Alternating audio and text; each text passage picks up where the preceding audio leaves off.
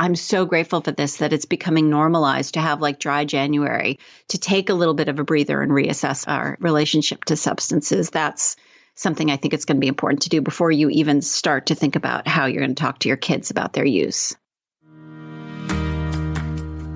Welcome to Tilt Parenting, a podcast featuring interviews and conversations aimed at inspiring, informing, and supporting parents raising differently wired kids.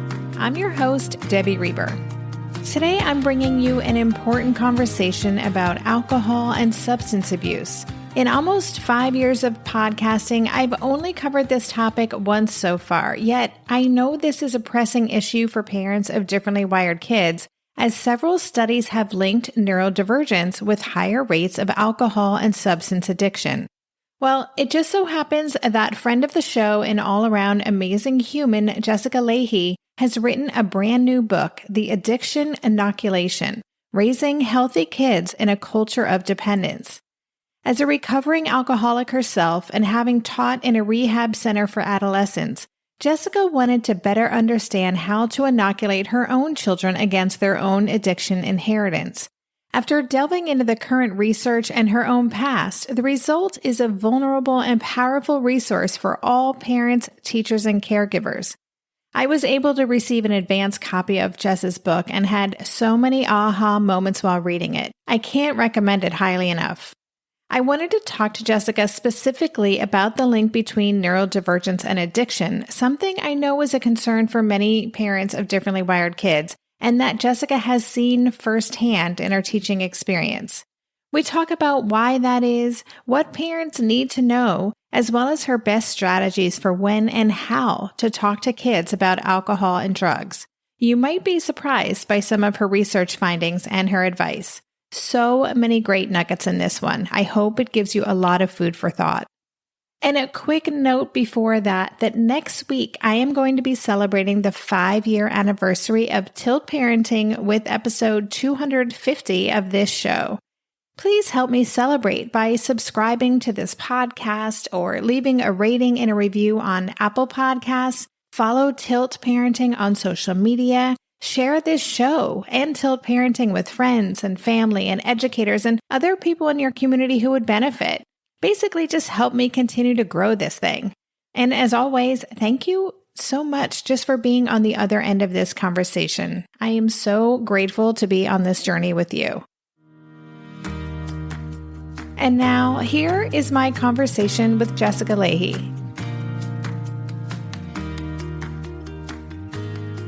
Good morning, Jess. Welcome to the podcast. Thank you for having me. I love this podcast so much. Thank you. And you know what? I was actually, I think I was just seeing when I had you on last, and it was almost 4 years ago, which is... Was it really? Yeah, it was 2017, wow. Which is surprising to me. I feel like we've lived many lifetimes between then and now. From the time that Gift of Failure came out to now has gone so fast, mainly because I've been on the road traveling a lot and a lot's been going on. And, you know, it was funny, before I figured out what I was going to write about for my second book, I remember talking to, actually it was Susan Cain who wrote Quiet. And she said, I said, you know, I'm feeling some pressure to write the next book. And she's like, why? And I said, because I'm feeling some pressure. And she said, from anyone other than you? And I said, no, just me. And she said, well, sometimes it's good to just live in the content that you worked so hard to put together and are still exploring and still teaching to people, and let that be enough. And so it was nice, actually, to sort of sit back and get to teach, really, for the years in between that book and this new book. Well, and I just imagine, too, The Gift of Failure is still, well, I know that it's still incredibly relevant, and it's probably something you get emailed to speak about all the time still, right? But I do. And the interesting thing is there's all sorts of new research coming out about not just the parenting style stuff, but how disparate attention paid to students affects school budgets, affects how we, even if we don't think that we're treating students differently, when one set of parents has the power to come in and demand a lot of attention or resources or whatever, and another parent just doesn't feel like they're in a position to have that kind of power, then we disproportionately mete out our attention and our resources and all of that stuff. And it really affects the equity in schools. And that research is fascinating. And so, as we sort of look at, for example, how gift of failure applies when our kids are home all the time or when we're sort of the ancillary teachers or whatever the situation is, there are all these new applications that, of course, when I wrote Gift of Failure, I couldn't possibly have predicted or even thought about. So the nice thing is the last 5 years of my teaching life were spent teaching in a drug and alcohol rehab for adolescents. And one of the things that's generally true about that situation is that not only do the kids generally not want to be in rehab, they really, really, really don't want to be in school in rehab. So all of a sudden, 5 years of teaching, engagement was pretty much the only thing I focused on. Like, how do I engage these kids that do not want to be a part of learning right now? And that was fantastic for me because now during COVID, when kids are feeling like, why does this even matter? I'm not even there. Who cares? That engagement piece has become increasingly a big part of what I talk about. Yes, things are changing, and I hope they don't ever go back to the way they were. I hope we take all this information with us and change for the better. I think there's going to be some permanent changes that happen. But I'm always optimistic. I'm just like this eternal education optimist and just sort of hope that we're heading in the right direction. Yeah, that's awesome. All right. Well, we could obviously keep talking about this for a long time, but I want to talk about your new book. It's called The Addiction Inoculation, Raising Healthy Kids in a Culture of Dependence. And, you just mentioned that you spent the past 5 years working with kids who were in a rehab. I'd love to know, as a writer, when did you know that this was going to be your next book? And when did you really start working on it and make that pivot?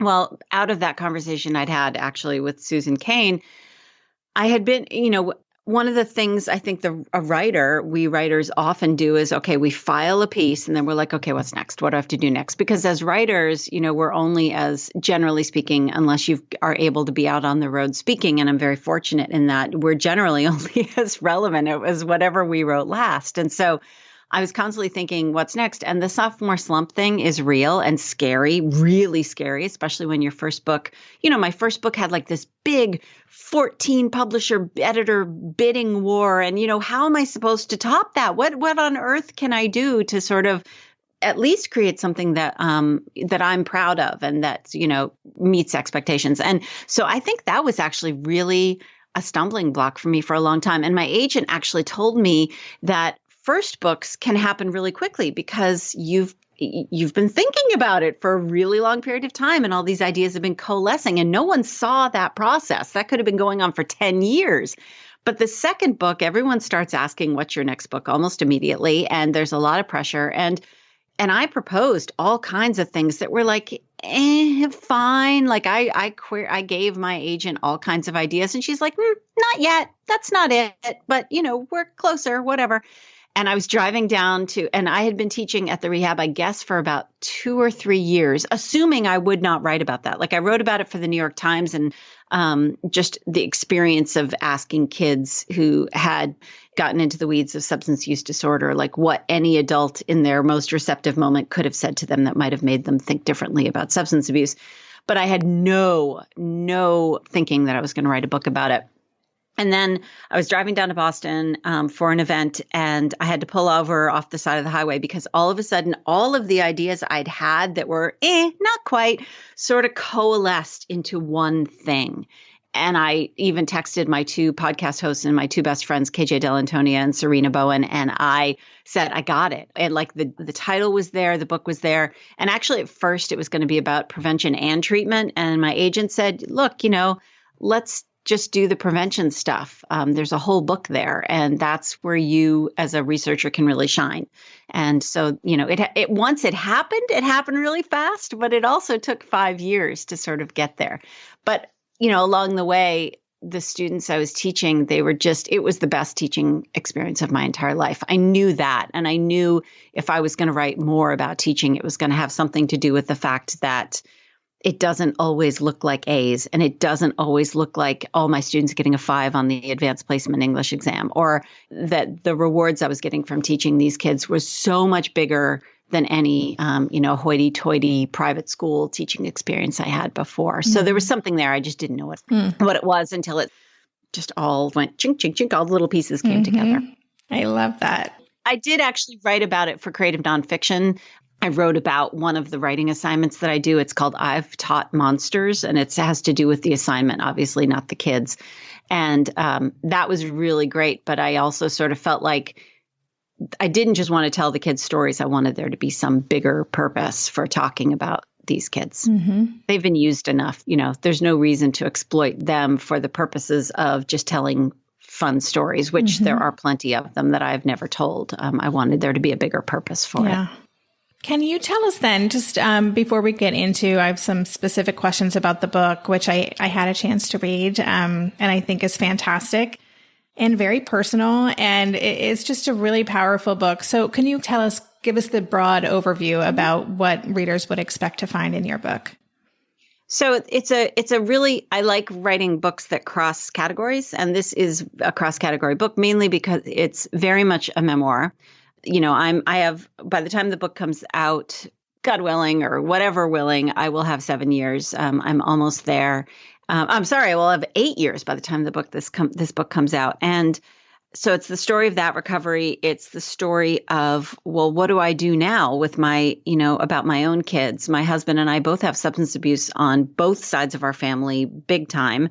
So how do we, what part does that play? I didn't know what the genetics, what percentage of risk and all that sort of stuff it plays.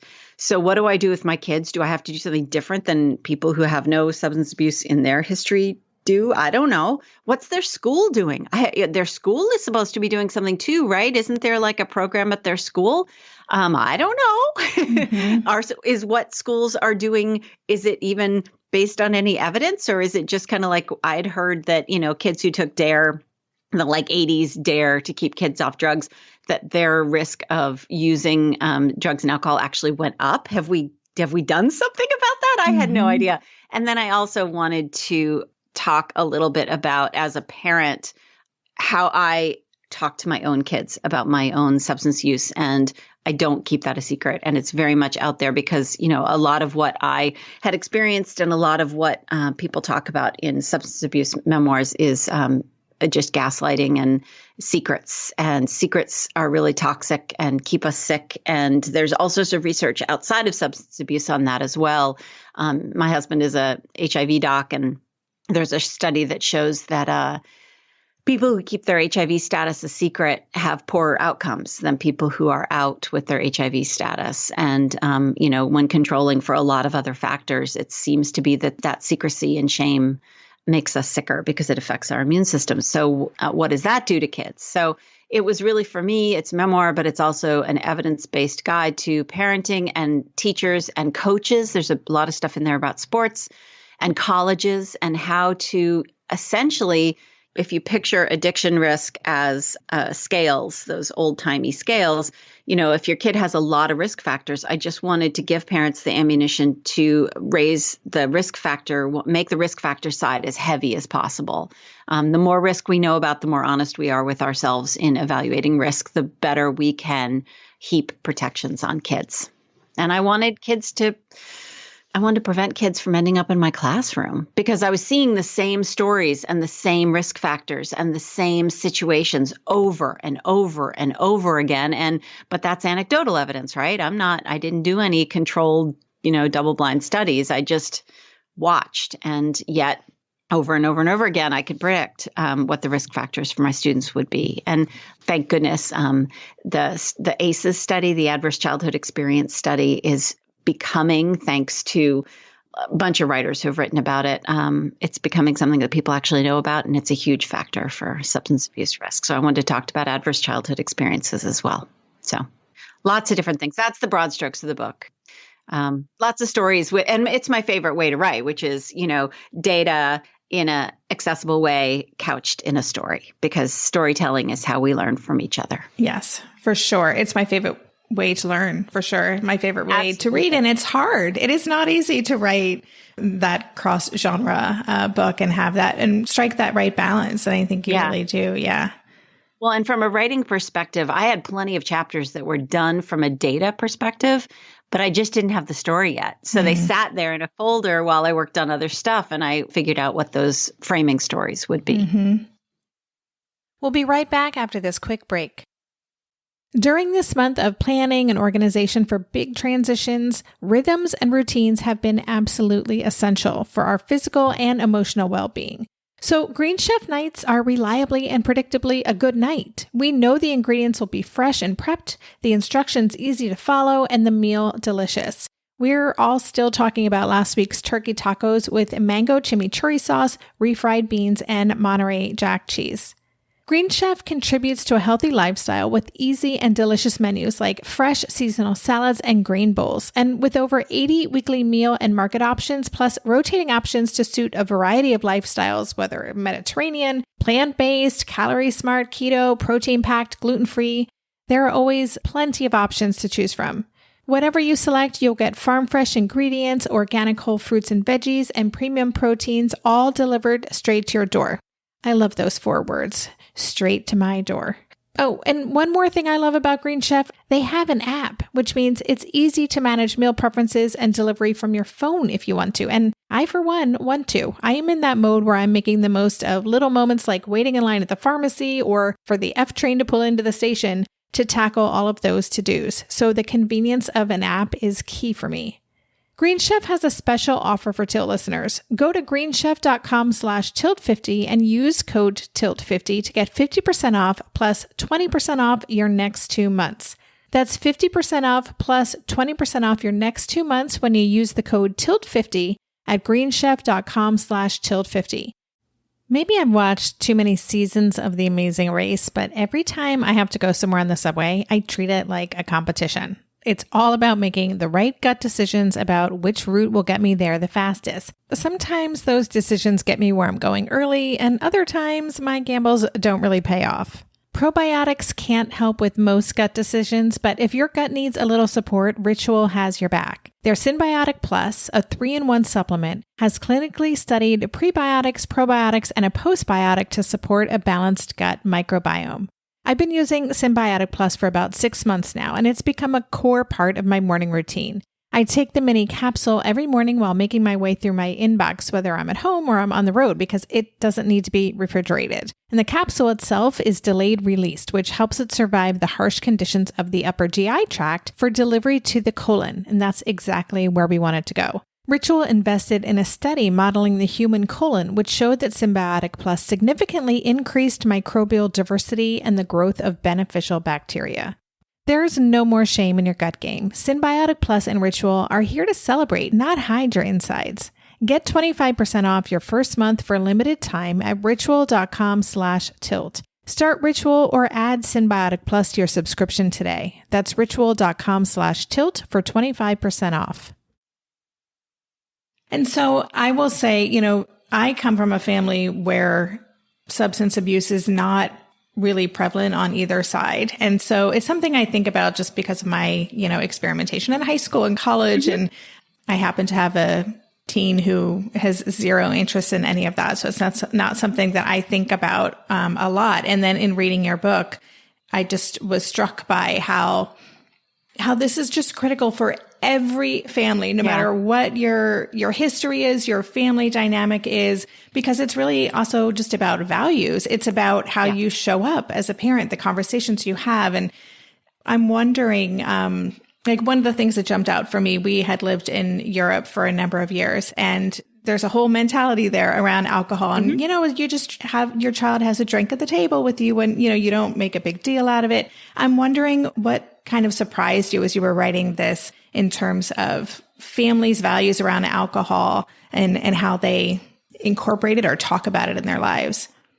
Well, as I was writing this book, the Monitoring the Future study comes out every single year talking about kids' attitudes towards substance use. And we can see from that survey how teen use is going, essentially. And it's been going down for a long time, and that's great. And so, there was a lot to celebrate. This was like 2 years ago. There was a lot to celebrate in the survey results. But the American Academy of Pediatrics came out with their own little statement on the survey saying, this is fantastic. But we have to stay focused because a lot of what we're doing in terms of our parenting, in terms of how we approach things as physicians is based on sort of this wishful thinking or the way we'd like things to be. And part of that, and they didn't write about this, this was sort of extrapolated out, has to do with this. If we're more like the French and we're just laissez-faire about our drinking, then somehow we will raise moderate drinkers. And it turns out that is so exactly wrong. First of all, this fantasy that we seem to have about if my kid has a sip or if my kid has, some watered down wine like the French do, then there'll be this attitude of, oh, it's just wine. It's no big deal. And so when our kids, American kids, go off to college or have their first, drinks of alcohol as the research shows, in middle school, not in high school. Even I do it. I'm like, oh, when they start drinking in high school. No. Most kids will have their first taste in middle school. So if we're waiting until middle school to start talking about the stuff, we're waiting too long. That somehow we won't have these binge drinkers because they'll be like, oh, it's just alcohol. It's no big deal. I'm allowed to have it around the house all the time. That just doesn't hold. And if you look at the data from Europe, Europeans have the highest levels of alcohol abuse in the world. And France has just had to change their thinking and make their official limits on the amount of alcohol that people should consume during the week. They've had to lower those, and there's been a lot of resistance to that. And if you look at what works and what doesn't work, what works is having an attitude of abstinence in the home for kids. It's illegal. Kids shouldn't drink till they're at least 21, and here's why, and talking about how the brain works. But P.S., talking about how the brain works is good for kids no matter why you're doing it, whether it comes to learning, whether it comes to, it's okay that you forget things occasionally, sweetie, because that's where your brain is right now. And let me explain how that works. But for substance abuse, the brain is so delicate and so plastic and so sensitive to outside environmental factors that if we can just keep kids abstinent as long as possible, whether that's 18, 21, it would be great if we could keep them abstinent that long. It'll affect the brain less. It'll do less damage to the brain. And there are places like, for example, New Jersey has an exception in its laws around religious exemptions for alcohol consumption. And so a lot of parents will use that rule if they were to provide alcohol it's not for religious uses. If they were to provide like a keg for the keg party, they will often use that religious exemption. There's a bunch of cases of this, and that thinking is just altogether upside down and backwards. It does not work. It increases the chance that your child will have substance use disorder over their lifetime. It does not work to create wonderful laissez-faire European drinkers. And by the way, there aren't a lot of laissez-faire European drinkers. Europe seems to have a big problem with alcohol abuse. Mm-hmm. And so we just need to smash that myth right there to smithereens. Yeah. And it surprised me, honestly. I was like, wow. And yeah, I totally see that. I just hadn't made that connection. So thank you for that. I want to talk about differently wired kids and alcoholism. I know that there are studies that show high incidences of alcoholism within differently wired people. There have been studies that show a strong connection between ADHD and drug abuse mm-hmm. and alcoholism. Are there specific approaches that parents of differently wired kids might employ when inoculating our differently wired kids against having problems with drugs and alcohol?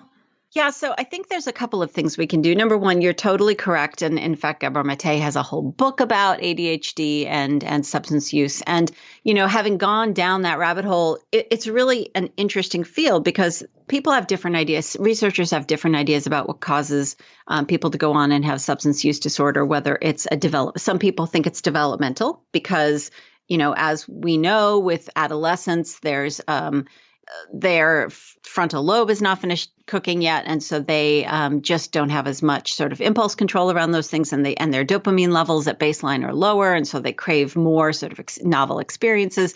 So I kind of like that developmental model because actually there's a lot of research to show that, kids can use, if kids are going to use during adolescence, that doesn't necessarily mean that they're going to carry that into adulthood with them once their frontal lobes kick in. That can be, and it can also be situational. There's the trauma camp. Gabor Mate is in the trauma camp that essentially trauma turns on our need to self-soothe or self-medicate for traumas, and that trauma net can get really big. I was at a talk with Gabor Mate one time, and he started talking to this woman. She's like, well, I don't feel like I have any trauma really that would have triggered my use. And he started talking to her, and he came up with okay, well, that time when you blah, blah, blah, blah, blah, that's your trauma. That's possibly what caused it. So everyone can go a little bananas, I think, in expanding their nets. But when it comes to differently wired kids, this is a thing. This is real for a couple of reasons. So risk factors, some of the bigger risk factors for substance use disorder during your lifetime. Yes, trauma is one of them. If you look at adverse childhood experiences, that provides a really great list of the big risk factors, abuse in the home, that kind of stuff. But academic failure, falling behind academically is a really big risk factor, mainly because it can cause so many of the other risk factors to happen, like social ostracism, feeling stupid. I always had at least one or two kids in my rehab classroom with ADHD or ADD and dyslexia. Oh my gosh, there was always someone there with dyslexia. And what they would say to me was, I was just always told I was stupid, or I don't read. Like my biggest goal was always to get a book in their hands and find something that they wanted to read. And many of them said, I have a problem with reading. I don't read, period. And just shut down. That's it. This is not for me. And so many of them had social ostracism. So many of them were told that they were stupid. So many of them had low expectations for their academics. So many of them were closed out from having social conversations around books. I mean, the Harry Potter series was like a global phenomenon. And yet so many of these kids, because they thought reading wasn't for them, were closed out of that cultural conversation and felt even more alienated by that. So early intervention for reading stuff. And in the past, I've written in various articles that there's sort of a balance to be made about, I wrote an article based on the book Leo the Late Bloomer, because I've always loved that book so much, about that balance between not pushing them too hard and not being impatient when our kids aren't reading. So having that balance, I think, is going to be really important, but also, asking those questions. Are you getting nervous about the fact that my kid still can't read? Or are you getting nervous about his tendency to disrupt classroom behavior and get all the other kids off track? And then meeting with the teacher, and I talk a lot about school counselors and school nurses and their ability to direct you toward resources that can be really helpful, especially for people who need sliding scale pay and that kind of stuff. But the social ostracism and then early aggression is a really big risk factor, often because it then can turn into social ostracism. So the early aggression, early learning issues, social ostracism, those are sort of the big three, and you can see how those self-perpetuate each other.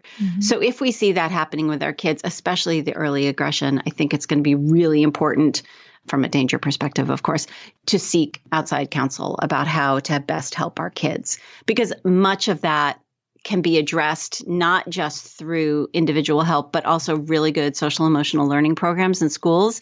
And spoiler alert, if you read the Addiction Inoculation, you'll find that much of what I prescribe, much of what I help schools toward is really good social emotional learning programs, because that right there, that's the secret sauce, not just for differently wired kids, but for all kids, because that's where not only are they learning the traditional SEL stuff, but they're learning early refusal. They're learning how to self-advocate. They're learning how to speak up for themselves and get the help they need or the things they need.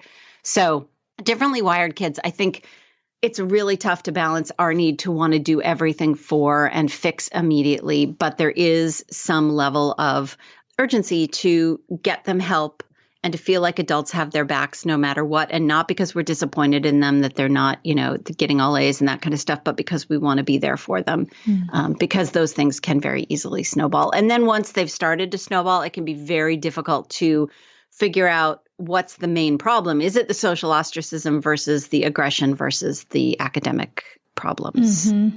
So the earlier, the better, early intervention. I wanted to ask you about, in terms of age, you said if you're waiting till middle school, you're waiting too long. So when do you recommend parents really begin, and how do they begin having these conversations? If they're listening to this podcast, they've got kids in maybe elementary school, early middle school, or beyond. And maybe this has not once come up. I mean, I will say that in reading your book, that's when we had conversations at the dinner table. Oh, I'm reading this really amazing book by my friend Jess, and this is what she said. What do you think? Like, that's when we started our conversation. I've got a 16-year-old. So how do we start these conversations and when? just jumping back when you said if you're waiting till middle school, you're waiting too long, that was not about their interventions. This is about starting to talk to kids about substance use. So we don't start with starting to talk to kids about substance use. We start by talking to kids when they're sitting there, hypothetically in the bathroom with us while we're brushing our teeth and their medication sitting on the counter, and a kid is just starting to learn how to read, and you ask them to read, can you find any of the letters in mommy's name or in your name? Let's say the medication is for the kid. And that's an amazing opportunity to say, the reason your name is on this medication is because we only take medications that are prescribed for us. Sometimes, like mommy could even have the exact same medication as you do because we have the exact same illness, problem, infection, but they're two very different amounts. So we couldn't just switch these two bottles. So, these little, and why we brush our teeth. We tell kids to brush their teeth, but do you tell kids it's because there's bacteria on their teeth? Kids crave whys. I mean, that whole because I told you so parenting thing doesn't work, mainly because kids crave the why, and especially as they get older. And, not that toddlers don't. I mean, toddlers are all about the why, and we can only go so far. But these sort of caring for our bodies and speaking up for ourselves and saying, no, that doesn't feel good, or no, I can't take that medication because it doesn't have my name on it, and why we don't swallow toothpaste, or why do we only put soap on the outside of our body and not the inside of our body? Why does mommy keep why does daddy keep the laundry detergent pods up on the top shelf and not down on the bottom shelf? All of these conversations about what's good for us and what's not good for us is all precursor to a discussion of that first time we see a movie that has drug and alcohol use in it. And there's a section in the book about how much how much advertising our kids get around substances, and how much, not just advertising, but use in films and television shows, in cartoons even. There's a ton of reference every time you see, and it's not as much anymore, obviously. But if you look at the cartoons we used as kids, the time you saw characters in those drinking was, something bad happened, drink a big bottle of a bottle that said, had a little skull and crossbones on the front of it. That, like, why we drink, why in this show do you think that especially around things like mommy culture, that mommy drinking culture thing, like, why do you think that this woman is saying that, she needs a drink at the end of the day after being home with her kids all day? Or I was at a bookstore and there was a set of glasses that says, I teach, therefore I drink. And number one, what does that say to our kids about their teachers? It says that it's all suffering and therefore we have to drink to deal with it. There's so many layers to that messaging. But having all of these conversations along the way as we notice things. And yes, I tend to notice things more because mommy culture, mommy wine drinking culture, wine glasses with sippy cups on top just gets me a little irked because it's normalizing the idea that we have to drink in order to deal with our children. And, I belong to multiple groups on Facebook and other places that are about, women who are trying to get better and trying to get into recovery, either mostly from pills, a lot of them from drinking. And that culture can be really toxic for those people and really can keep their drinking going. So talking to it about kids all the way through is really important, along with, and you start, and in the book, I lay it out really, really step by step. Here are some scripts, even from smoking through, marijuana legalization. There's a lot to talk about, and they're listening when the news is on. So having those conversations, they can happen naturally if you're listening for those moments, but they don't start with drugs and alcohol. They start with toothpaste and why we wash our bodies and, that kind of stuff. It's about health generally. Yeah. I'm thinking of the Tintin books, which I can't remember the character, but the captain or he's perpetually got a bottle in his hand and is drunk the entire time. Yeah. And that's a favorite. There's actually this one book that I bought. I when I start to research a book, my advance goes to books. I mean, I buy every book I can find. And there actually is somewhere in my bookshelves. Here it is. I am holding in my hands a book. You're going to love this. A book called Stony the Pony, Teaching Children About Addiction Through Metaphor. And it's essentially about a pony who becomes a little bit crazed by those mints that we give ponies sometimes. And all of his friends are like, dude, you have a problem with those mints. And he experiences pony ostracism from his friend. I mean, it's very funny, but it's also that's kind of beside the point, and it's cute, and I'm glad someone went to that effort, but really it's about talking about health and talking about what's good for our bodies and what's bad for our bodies. And that includes a discussion about how our brains are growing and how, the things that kids find difficult, like whether that's impulse control or moderating their sugar intake is part of growing up, that's a part of how our brains develop. And someday when they're big, when they're going to be adults, that will become easier for them, but their brains are still developing. And that's an important part of teaching them about themselves too. Yeah. And for differently wired kids, we know that we know the frontal lobe, I think 25 is around the age when it's fully baked. And for differently wired kids, it may be even longer because their timeline is a little different. And by the way, I've used that line about being fully baked, and it does not go over in an addiction talk. And I can see why. I made that metaphor once, and I was like, "Yeah, that didn't go over too well," But the reality is, and the statistics. If you look at the statistics, if your kid starts drinking or taking drugs in middle school, then they have a very high chance of having substance use disorder in adulthood. And with each year that goes by, that risk goes down and down and down, and to the point where we're down nearly like 10% if we can get them up into their, up to the point where they're at legal age. And the nice thing about that is that there are so many things we can do along the way. And, as someone who's been in recovery for a long time, the serenity prayer is part of sort of the way I think, which is, give me the strength to change the things, to know the things I cannot change and change the things I can. There's a lot I can't control about my kid, but research is really clear that even once our kids are in college, we are still an influence on the way they think. And not just because of our words, but mostly because of the way we've modeled behavior for them. And, for my kids in the rehab, many of them were going home to a home where substance use was normal. And so it was so hard for me to send them home because I don't know what chance they have if substance abuse is normalized in their household. But along those same lines, and I'm not saying that parents can't drink, or use drugs and that sort of stuff, because for adults, especially around, for example, marijuana use, there's a ton of risks to kids, especially around the hippocampus and short-term memory, that just sort of go away. There isn't as much risk to adults as there is for kids. And it's just a matter of waiting until the risk level goes down. And that honestly is the conversation I keep having with my 17-year-old, which is, it is so hard for you. Those times when you come into the kitchen and you stand there in front of the refrigerator and you say, wait a second, why am I in this room? What did I come in here for?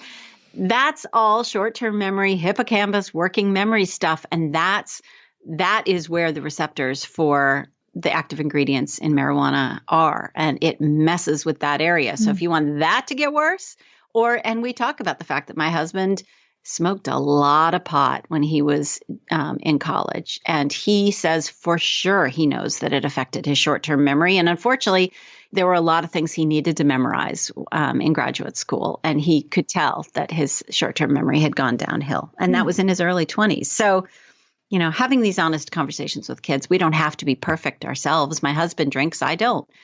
But on the other hand, he models for my kids a sense of caring for my situation because he doesn't leave alcohol open in the house. So if he doesn't finish a can of beer or doesn't finish a bottle of wine, it goes down the drain because he just doesn't want to put me in that position. And that's about having a healthy relationship where people make accommodations for each other. And that's also teaching my kids about healthy sharing, giving relationships. So the modeling stuff is, the modeling stuff is so important. It's so important. It's great.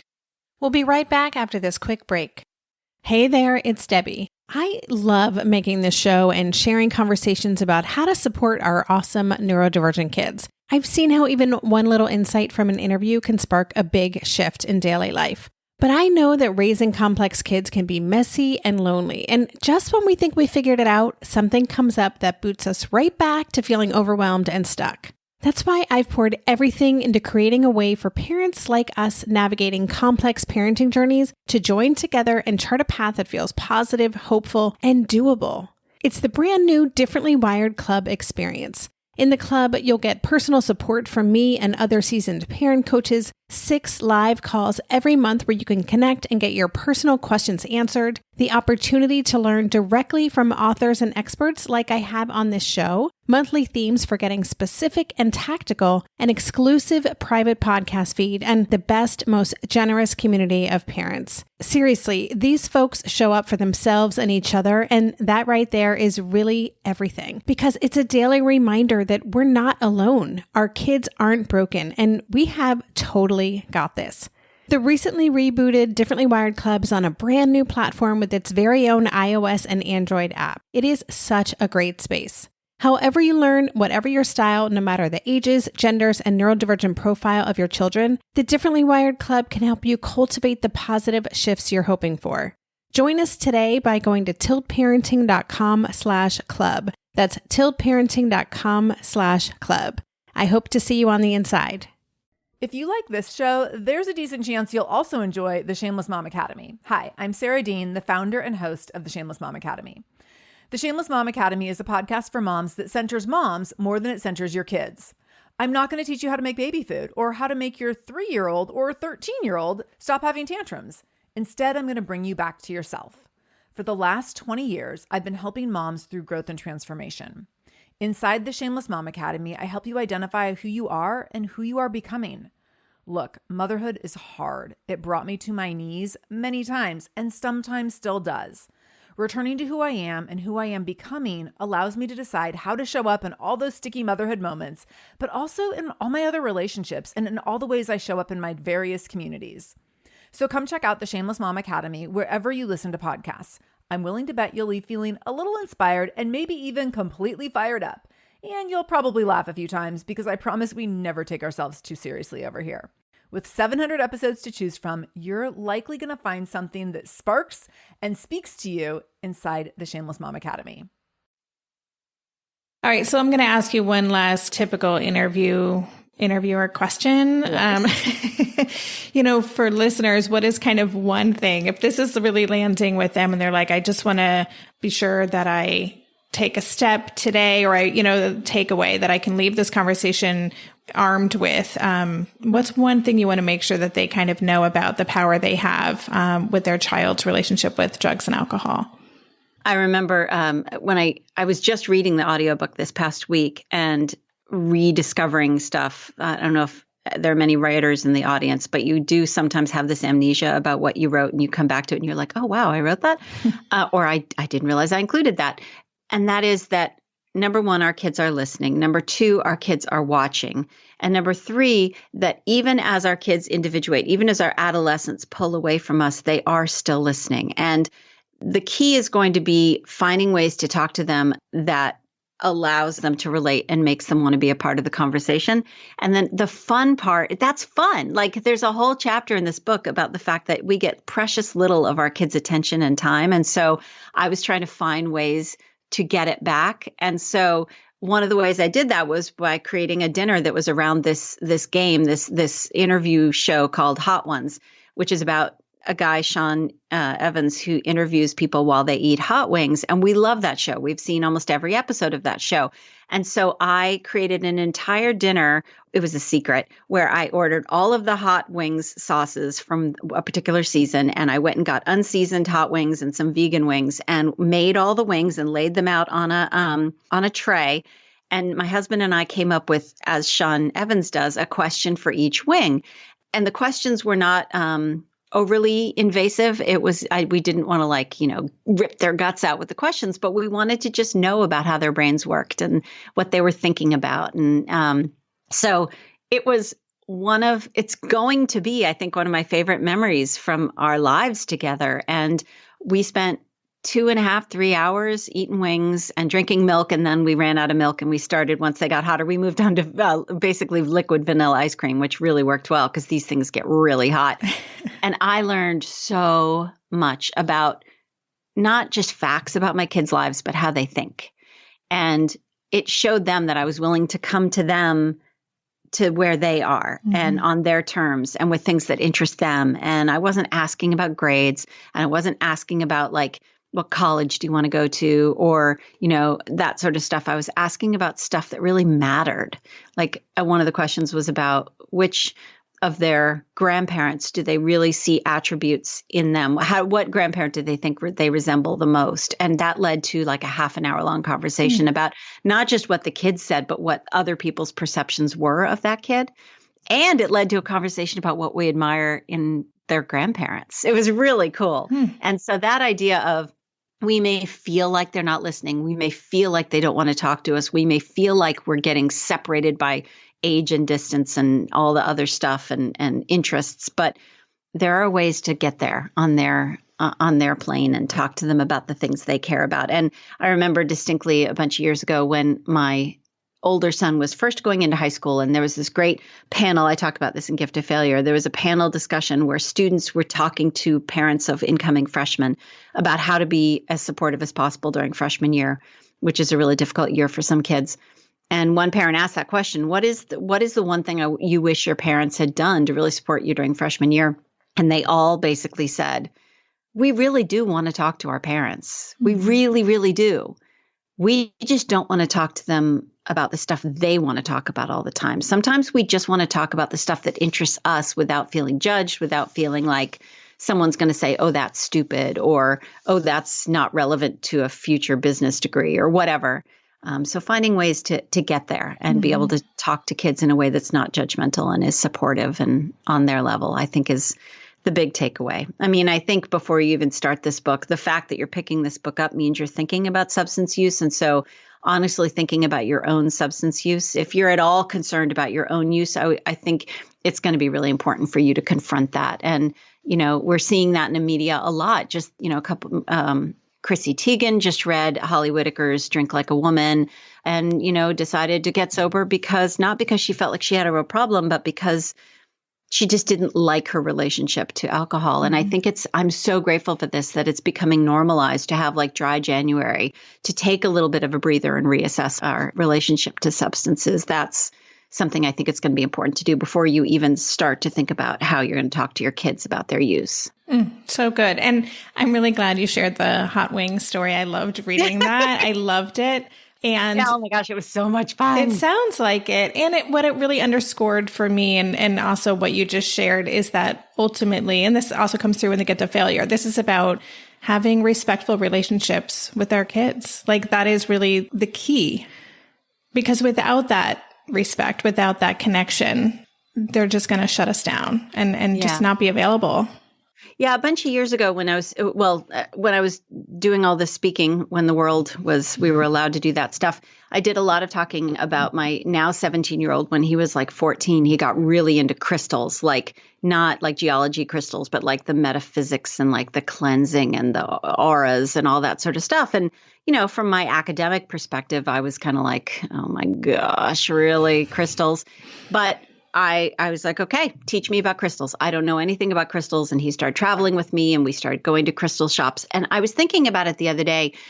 Crystals, the interest in crystals came out of an interest in aliens, like most young kids are like to think about aliens and stuff. And then the crystals things happened. And then the crystals turned into this other thing, which turned into a music thing, which turned into the fact that now at 17, he is all in on digital music production. And I can trace the trajectory of those interests because they are connected.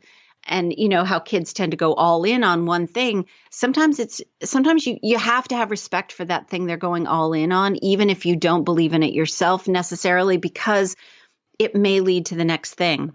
And I remember at a Gift of Failure talk, a dad, a very religious conservative dad, said, I'm scared to death. How do I talk to my kid about the fact that she's exploring things I really don't want her exploring right now? And this was a high school age kid.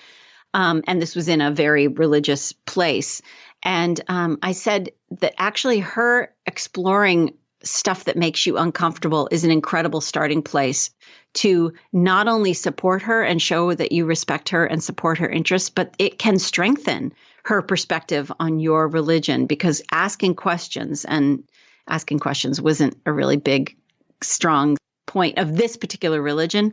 But if you support her in asking questions, you're going to show that you respect her, and you're going to show that you respect her intelligence and her seeking, and that in the end, doing the opposite, which is, disregarding this interest and telling her to just not do it, is going to drive a wedge in your relationship. And that will probably be more likely to separate you from her and her from her religion. But giving some support to that seeking could actually strengthen your relationship and help her understand why you feel your faith is so strong and so important to you, and could bring you and her closer to her faith. So, I really think that supporting kids as they're doing searching is it's the biggest gift we can give kids.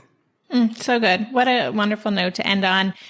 Jess, I'm so grateful for this conversation, and I'm excited for your book, and it's really powerful. And I encourage listeners to check it out. Check out the show notes pages. Jess, where can listeners connect with you? You are super active on Twitter, but how can listeners learn more? Everything is at Jessica Lahey, LAHEY.com, JessicaLahey.com. And then, yes, I'm over at Twitter a lot because as a profession, teachers are some of the biggest users of Twitter, and teacher Twitter is fantastic Twitter. I love teacher Twitter. And I'm on Instagram at Teacher Lahey. So at Jess Lahey on Twitter, at Teacher Lahey on Instagram. And the book comes out April 6th. And hopefully I'll bombard you from all sides on where to get the book. But and I also got to do, as I said, I got to do the audiobook again, which for me is one of my favorite parts of the process. So the book will be available on audio as well. It'll be everywhere you can find books, I hope. So exciting. Well, congratulations. And, Thank you. And I believe actually this episode, even though we're recording it in January, I have it slated to come out on your book birthday. So I'm going to say Beautiful. A happy early book birthday. Thank you. You've been listening to the Tilt Parenting Podcast. For the show notes for this episode, visit tiltparenting.com/podcast and search for this conversation. If you like what you heard on today's episode, I would be grateful if you could take a minute to head over to Apple Podcasts and leave a rating or a review. Thank you so much for helping us stay visible so people who would benefit from the show can easily find it. If you want to support the show and help me cover the cost of production, please consider joining my Patreon campaign. To support the show, just visit patreon.com/tiltparenting. Lastly, if you aren't already part of the online community at Tilt, I invite you to sign up at tiltparenting.com on the box in the bottom where it says Join the Revolution. Every Thursday, I send out a short email with a quick note from me, a link to that week's podcast episode, and links to 5 stories from the news that week that are relevant to parents like us. Again, you can sign up and learn more about Tilt at www.tiltparenting.com. If you're a parent, I invite you to join us at the Mindful Mama podcast, where it's all about becoming a less irritable, more joyful parent. With sometimes hilarious and always thought-provoking experts and friends, at Mindful Mama, we know that you cannot give what you do not have. And when you have calm and peace within, then you can give it to your children. I'm Hunter Clark Fields, and I can't wait to see you there. Listen in to the Mindful Mama podcast.